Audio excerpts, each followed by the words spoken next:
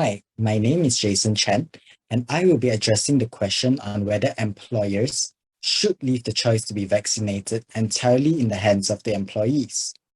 The stance that I'll be taking is yes, employers should leave the choice to be vaccinated entirely in the hands of the employees. Based on the Federal Constitution of Malaysia, 1957, Part 2, Article 10, every citizen has the right to freedom of speech and expression. Employees should have the freedom to choose whether or not they want to take the vaccine, as they can discern between the advantages and disadvantages of getting the vaccine. Although there are many benefits of getting vaccinated, as stated by the Centers for Disease Control and Prevention, CDC, among the benefits of vaccination are vaccines continue to reduce a person's risk of contracting the virus that caused COVID-19, including the highly infectious Delta variant. Secondly, vaccines continue to be highly effective at preventing hospitalization and death.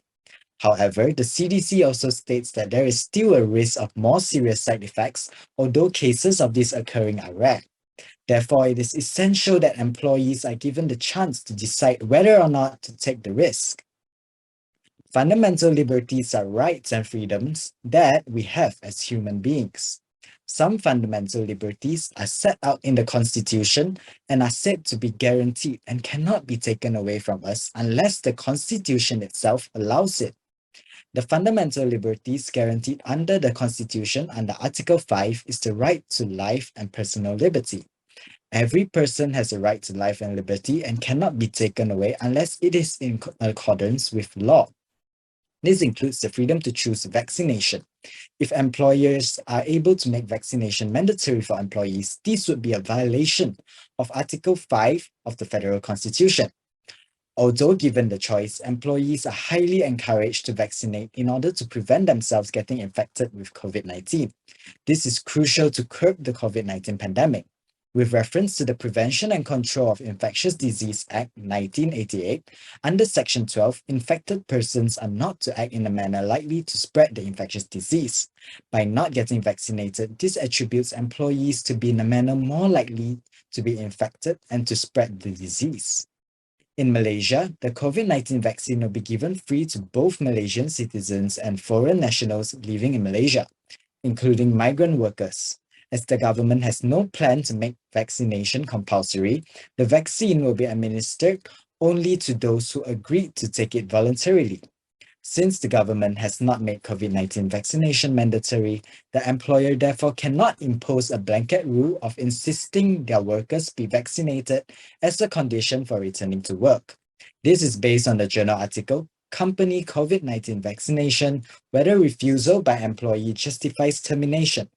The only exception to this is stated in Section 11 of the Prevention and Control of Infectious Disease Act 1988. In short, it is stated that when there is an outbreak of infectious disease in an area in Malaysia, only under the specific instruction of the minister to enforce a vaccination mandate will it be lawful for authorities to direct any person to immunization. Since this is not the scenario in Malaysia, every citizen, which includes employees, should have the choice to be vaccinated entirely in their hands. Employers do have a responsibility to ensure safe working environment. With reference to Section 24 of the Occupational Safety and Health Act 1994, poses an obligation on the employer to take all reasonable and practical steps to ensure the health and safety of all employees at work. But then, mandatory vaccination is not the only way to achieve a safe working environment. Other measures such as work from home can be implemented by the employers instead.